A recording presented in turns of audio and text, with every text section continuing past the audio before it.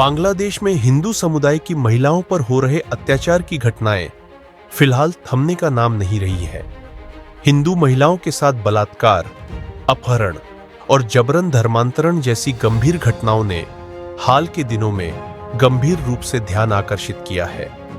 इन्हीं घटनाओं के विरोध में कई प्रमुख सामाजिक संस्थाओं में से एक संपूर्णा एनजीओ ने कड़ा रुख अपनाया है। संपूर्णा एनजीओ ने इस मसले पर चिंता जताते हुए बांग्लादेश सरकार से तत्काल कार्रवाई की मांग की है।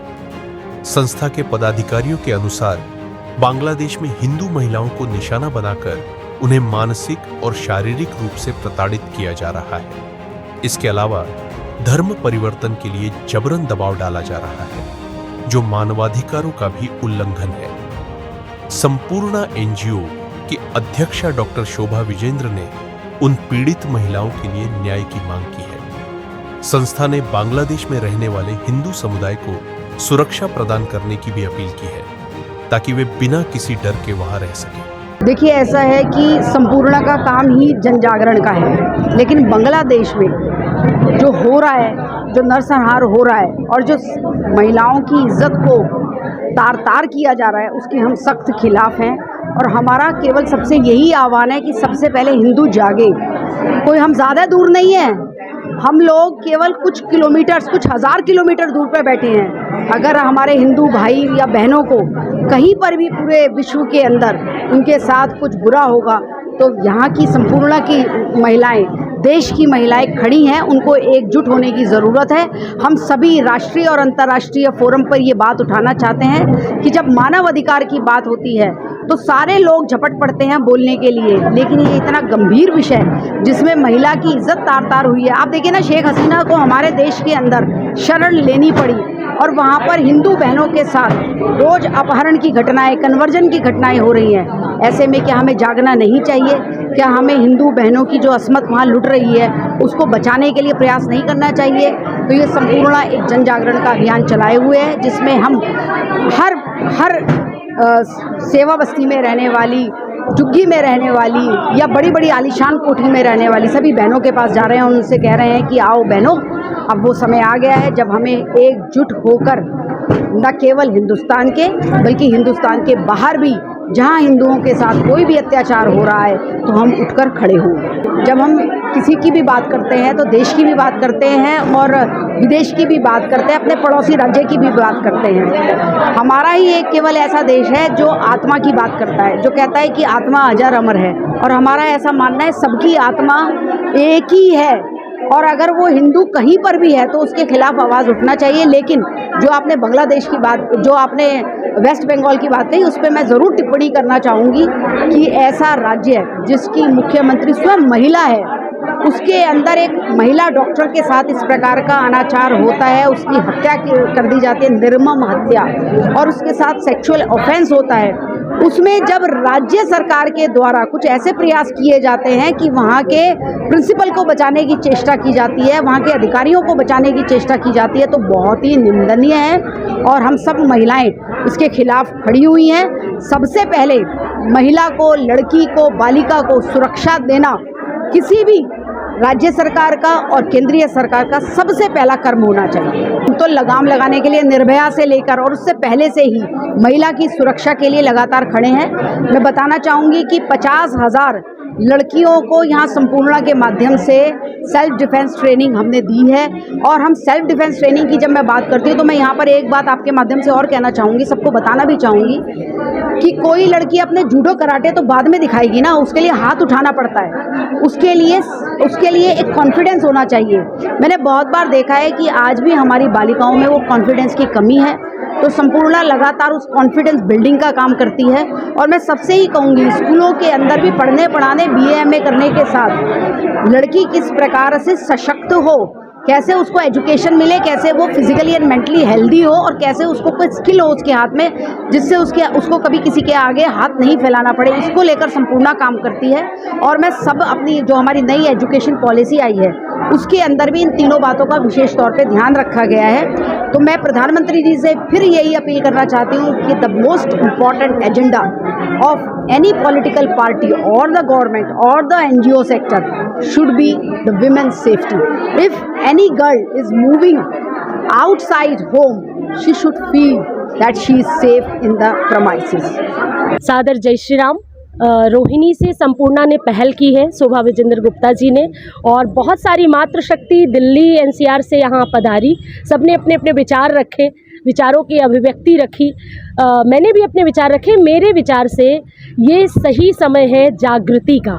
हमारी हिंदू मातृशक्ति, भारत की मातृशक्ति एकजुट बने, वह अपने जाति पाति भाषा प्रांत के भेदभाव को भुला करके राष्ट्र प्रेम का प्रदर्शन करे, क्योंकि जो दिखता है वही आगे प्रसारित होता है। हमें अपने विचारों को प्रसारित करना होगा। मैंने एक विषय रखा कि हम यहाँ प्रायः किटी पार्टीज़ करते हैं, या सलून का उपयोग करते हैं, या बुटीक का उपयोग करते हैं, या फल खरीदते हैं। हमें भी हिंदू एकता अपनानी होगी। हिंदू मर्चेंट से ही आप सामान खरीदें, हिंदू सलून में ही आप जाएं, और हिंदू बुटीक से ही अपने कपड़े सिलवाएं। उसके साथ साथ हमें अपने बच्चों को शास्त्र विद्या और शस्त्र विद्या दोनों सिखानी होगी। हम तथाकथित एजुकेशन तो दे देते हैं, लेकिन अपने बच्चों को हम अपने हिंदू धर्म और सनातन धर्म की विशेषताओं को बताना भूल जाते हैं कि हमारे देश का नेतृत्व सनातनी होते हुए भी हमारी मातृशक्ति सुरक्षित नहीं है। चाहे वो केंद्र सरकार की बात हो, चाहे वो राज्य सरकार की बात हो।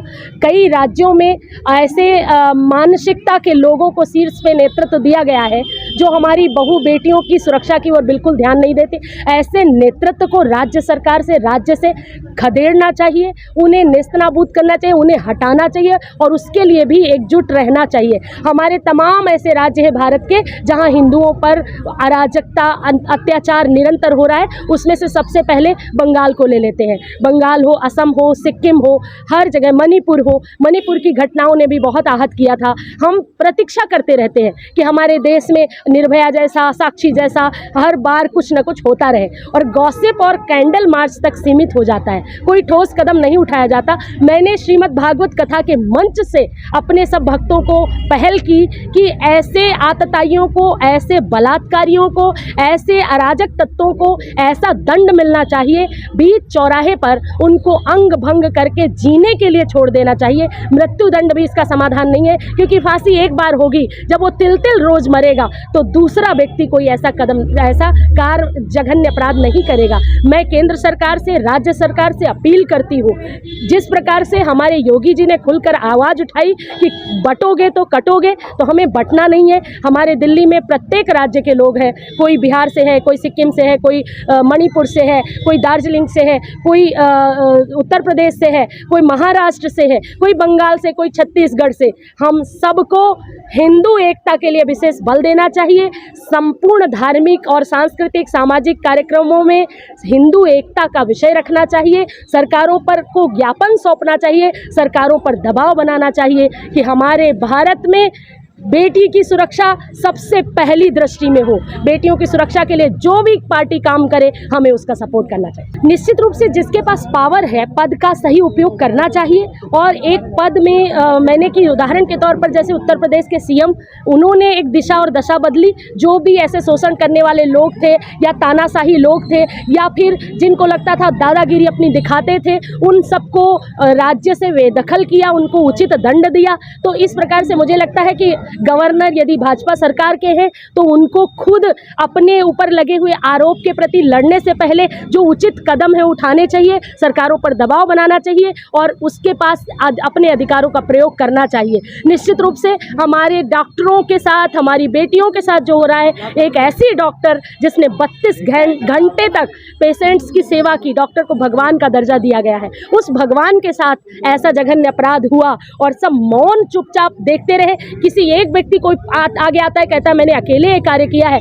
जबकि उसके उदाहरण ने, उसका पूरी रिपोर्ट है कि कई लोग उसमें संलिप्त थे, पर किसी एक को फांसी देकर उन लोगों को बचाने की ये जो रणनीति अपनाई जा रही है, बिल्कुल भी ये षड्यंत्र है। इस षड्यंत्र को हमें रोकना होगा, और जहां तक हो सकेगा हम अपील करेंगे, हमारा साधु समाज, हमारे शंकराचार्य जी, हमारे जितने भी धर्म गुरु हैं, वो भी इस विषय पर बेबाकी से बात करें। धर्म की रक्षा तभी होगी जब राष्ट्र रक्षा होगी। अरे भारत माता की जय। मैं ये अपने संगठन के तरफ से यही कहना चाहूँगी, हमें सभी पूरे संगठन, एक हमारा संगठन के पूरे देश के संगठन को सबको मिलके एक होना चाहिए। और ये जो हमारे बांग्लादेश में हो रहा है या कलकत्ता बंगाल में हो रहा है तो उसका भी हमें सामना करना चाहिए। उनको लेके हमें सभी पूरे हिंदुस्तानियों को, सबको हिंदुओं को एक होना चाहिए, जिससे कि हम सब मिलकर एकजुट हो जाए। जैसा कि अभी समाहिता जी ने बताया कि हम मर्चेंट के थ्रू हम एक हो सकते हैं कि हमें कोई सामान खरीदना है तो हमें हिंदुओं से ही पूछ ले, राम राम करके जाए। अगर कोई से वेजिटेबल वाला भी है तो उसको कहे जी राम राम भी, अगर वो हिंदू होगा तो नेचुरल बात है, रिवर्स हमारे पास आएगा ही आएगा राम राम। नहीं आता तो उससे मत खरीदो।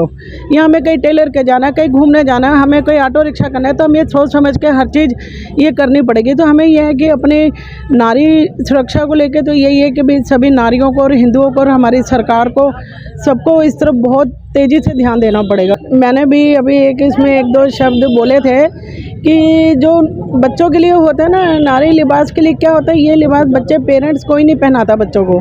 ये आजकल की एजुकेशन की देन है। हम भी पढ़े हैं तो हम भी सलवार कमीज पहन के जाते थे। ये तो नहीं, हमारे टाइम में कोई एजुकेशन नहीं थी या कोई डॉक्टर या इंजीनियर नहीं बने। कोई आज की मॉडर्न एजुकेशन है, ठीक है, सब तरीके से ठीक है, पर ये क्या है, मतलब अब ये कि जो पिक्चरों में देखते हैं बच्चे, जो आजकल टीवी सीरियलों में देखते हैं, ये सब चीज़ों को बच्चों के ऊपर ज़्यादा असर पड़ता है। बच्चे आसपास के माहौल को देखते हुए, पेरेंट्स के समझाने को देखते हुए उस चीज़ का ज़्यादा प्रभाव पड़ता है। तो मैं कहती हूँ मीडिया है या कोई भी आजकल यूट्यूब है या फेसबुक है, कुछ भी देखते हैं बच्चे, ड्रेसेस देखते हैं, छोटी छोटी ड्रेसें पहन के चलते हैं, पेरेंट्स रोकेंगे नहीं मानेंगे बच्चे। तो ये एक इसके बीच में ज़्यादा अच्छा है कि लिबास अब मंदिरों में जाते हैं। मैंने एक लेख पढ़ा, बल्कि बड़ा अच्छा लगा, उन्होंने कहा कि हमारा क्या कसूर है, हमने हिंदुओं को रोका है कि सिर पे पल्ला करके मंदिर मत जाओ। वो मंदिर से पल्ला करके नहीं आती, लेडीज़ है, मैरिड है, माथे पे बिंदी नहीं लगाती, पैंट पहन ली तो बिंदी नहीं लगाएंगी, क्यों नहीं लगाएगी? जो हमारी पहचान हिंदुस्तानियों की है कि एक माथे पे बिंदी तो जरूर हो, मांग में सिंदूर हो, वो ही हटा दिया, तो कहते हैं ये भी हमारा कसूर है।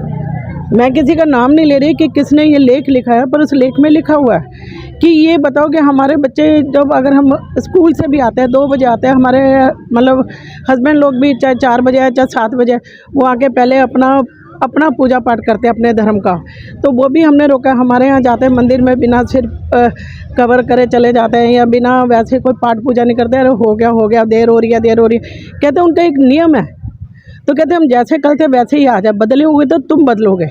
आजकल के हिंदुओं ने सारा मतलब पहनने का या ओढ़ने का, सब चीज़ खाने पीने का बिल्कुल फॉरेन कंट्री का अपना लिया, विदेशों का। जय श्री कृष्ण। मैं कृष्णा जी की भक्त हूँ। तो यही कदम उठाने चाहिए हमें कि अब कृष्णा को बांसुरी बजाना छोड़कर अपना सुदर्शन चक्र चलाना चाहिए, तभी हमारी बहू बेटियों की सुरक्षा हो सकेगी। इंसान के बस में कुछ भी नहीं है। मोदी जी भी हमारे रूप में कृष्णा रूप है, कितना प्रयत्न करते हैं, लेकिन सच में अगर हम सब आस्था के मानते हैं भगवान को, तो श्री कृष्ण भगवान जरूर आएंगे और अपना सुदर्शन चक्र चलाकर बेटियों और बहुओं की रक्षा करेंगे। हमें इस चीज़ से बहुत दुख है, उसके लिए हम श्री कृष्ण भगवान की प्रार्थना करते हैं, वही इस जगत का उद्धार कर सकते हैं। हमसे जुड़े रहने के लिए हमारे YouTube चैनल को सब्सक्राइब करें और नई वीडियो की नोटिफिकेशन के लिए बेल आइकॉन को दबाएं। अगर आप ये वीडियो Facebook पर देख रहे हैं तो लाइक जरूर करें और ज्यादा से ज्यादा शेयर करें। धन्यवाद।